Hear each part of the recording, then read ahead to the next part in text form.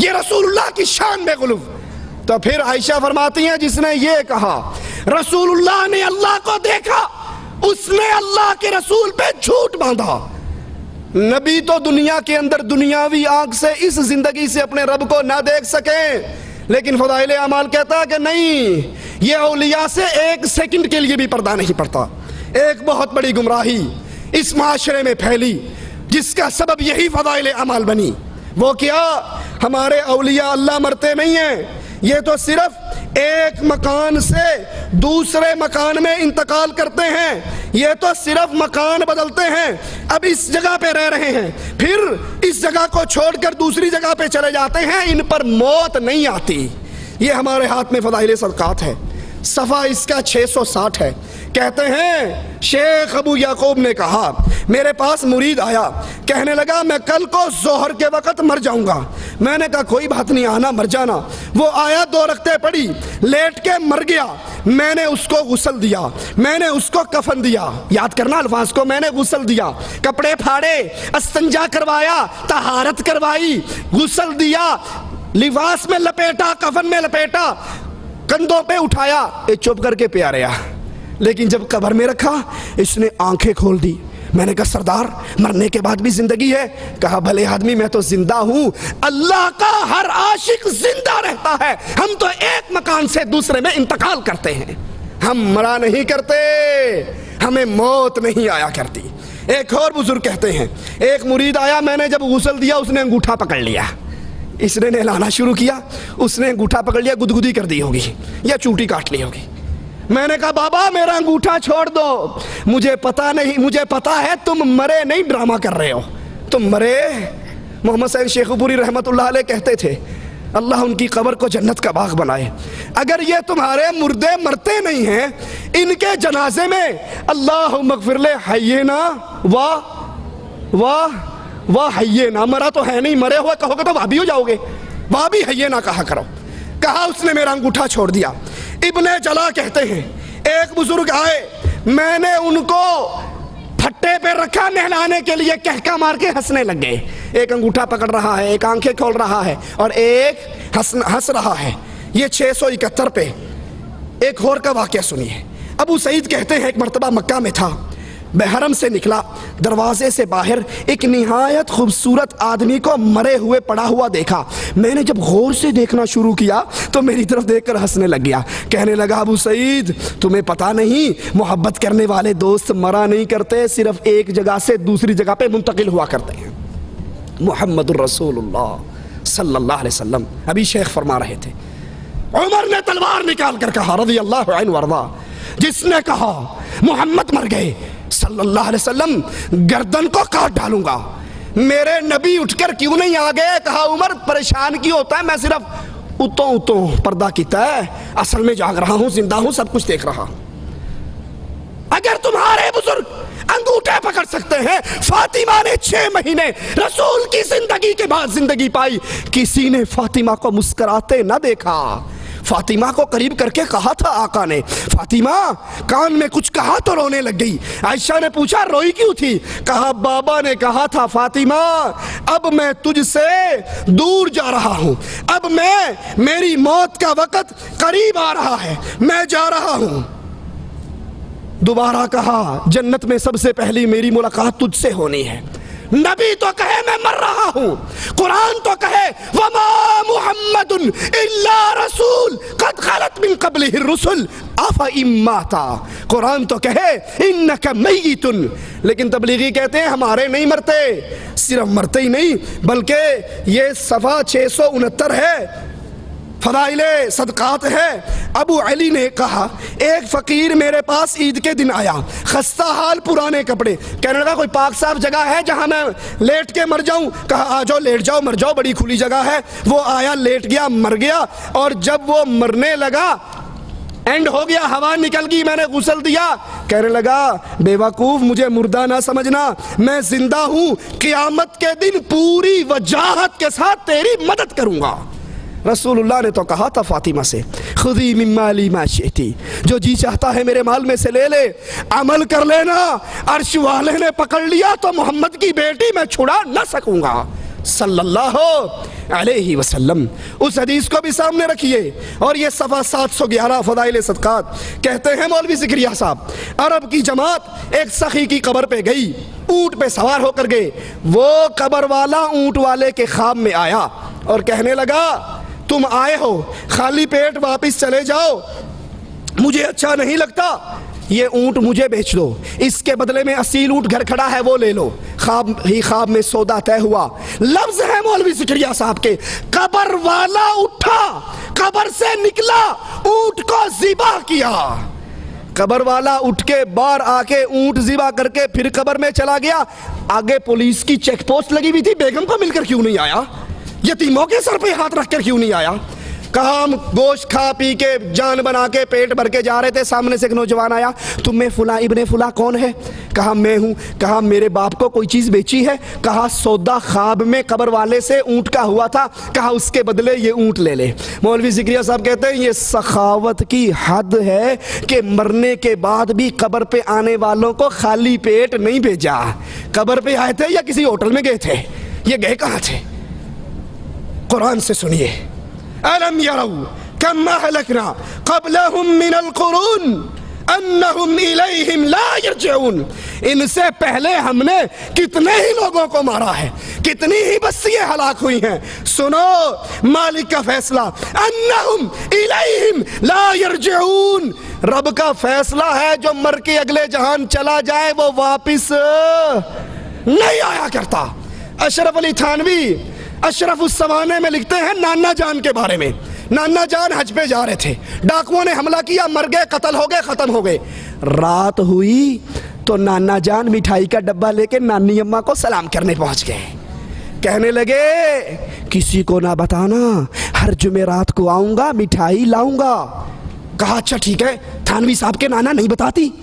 सुबह ख्याल आया जब लोग बच्चे मिठाई खाएंगे तो पड़ोसी तो कहेंगे बाबा मर्द घर में है नहीं, मिठाइयाँ कहाँ से आती हैं, इल्जाम लगेंगे।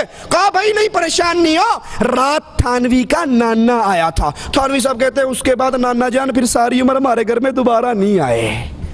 ये थानवी का नाना आया था। कुरान कहता है जो मर गए वह हरामुन अला क़रियतिन अहलकनाहा अन्नहुम ला यरजिऊन। जो मर गए वो वापिस नहीं आया करते। पूछो ये आने वाला कौन है? जो मर के अल्लाह के दरबार में चला गया वो वापिस नहीं आते। लेकिन फ़दाइल अमाल कहती है आते हैं, अंगूठे पकड़ते हैं, मदद करते हैं, रोटी खिलाते हैं और ये सारा कुछ करते हैं, सुनते भी हैं। जबकि कुरान कहता है इन्नका ला तुस्मिउल मौता। ए नबी आप इन मुर्दों को सुना नहीं सकते, आप इनको अपनी आवाज़ें सुना नहीं सकते। फ़दाइल अमाल को सीने से लगाने की वजह से पांचवी बड़ी गुमराही इस अहले ईमान अहले इस्लाम कौम में कुरान को छोड़ने की वजह से जो दाखिल हुई वो ये कि कब्र परस्ती की खुली हुई दावत दी गई। कब्र परस्ती की दावत, बुजुर्गों से, मरे हुए बुजुर्गों से मदद मांगने की दावत, उनसे मसाइल हल करवाने की दावत। ये फ़दाइल सदक़ात है। सफ़ा इसका 716 है। कहते हैं हमारे एक आदमी थे मिस्र में, एक साहिब खैर, कोई दलील नहीं, एक बंदा आवाज़ पे ध्यान दिए, मिस्र में एक साहिब खैर ज़रूरतमंद फ़कीरों को चंदा इकट्ठा करके देते थे। एक फ़कीर आया, चंदा मांगा, कहीं से ना मिला, हर जगह से मांगा। आखिर में एक सखी की कब्र पे जाकर बैठकर सारा हाल सुना दिया कि ये गरीब है, इसको कुछ नहीं मिल रहा, और आकर अपने पास से 1 दिनार तोड़ा, आधा उसको दिया, आधा जेब में रखा। रात को ये कब्र वाला ख्वाब में आया, कहने लगा उस वक़्त मुझे बोलने की इजाज़त नहीं थी, मैंने बातें तेरी सारी सुन ली थी, बोलने की इजाज़त नहीं थी। मेरे घर में जाओ, उन्हें को चूल्हे के नीचे जो मर्तबान है वो फाड़ो और वहाँ सोने और शर्फियत दफन है वो मुझे दे दो। ये गए, जगह फाड़ी, सोना निकाला और फिर उन घर वालों से कहने लगा ख्वाब की बात है, हकीकत नहीं हुआ करती, तुम सोना रख लो। कहा बड़ी बेगैरती है, वो मर के भी सदा सखावत कर रहा है और हम जिंदे इस पे कब्जा कर लें। कब्र वाले पर जाओ, कब्र वाले के पास बैठो और वहां जाके अपनी मुश्किल सुनाओ। ये फ़दाइल हज है हमारे हाथ में, इसका सफ़ा 138 है। कहते हैं एक आदमी मरा, उसके विरसे के अंदर रसूलुल्लाह सल्लम के बाल भी आए।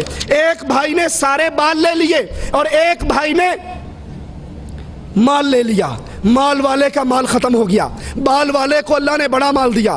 फिर जब ये मर गया, मौलवी ज़िक्रिया साहब कहते हैं हमारे सुलहा के ख्वाब में अल्लाह के नबी आए, कहा किसी को कोई मसला हो वो इसकी कब्र पे बैठकर दुआ करे, उसका मसला खत्म हो जाएगा।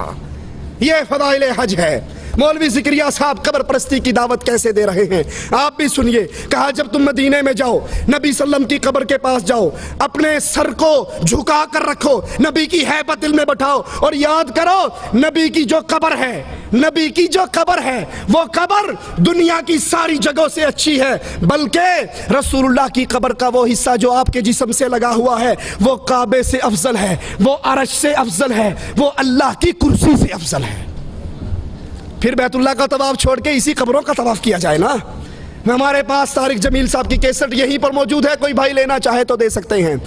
मोरी शरीफ के दरबार पे गए 19 अमीरों को लेकर, फिर उनका खिताब हुआ दरबार पे।